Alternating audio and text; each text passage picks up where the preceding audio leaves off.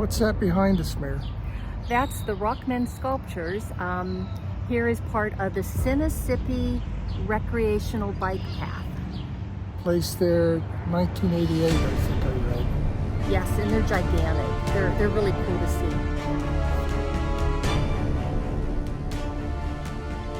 They're not Transformers, though. No, I really don't think they are.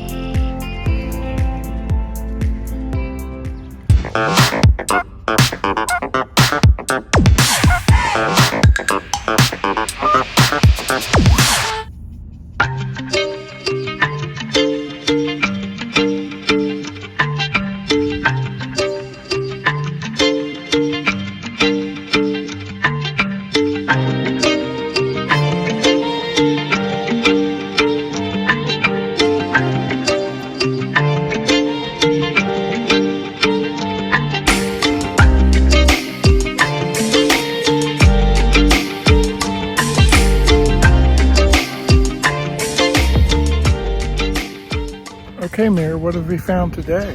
Today we're at the Women's Space Labyrinth in Rockford, Illinois. It's very different than the one we went to in Indiana. This one has stone that's separating all the sections in the labyrinth. Basically in a meadow.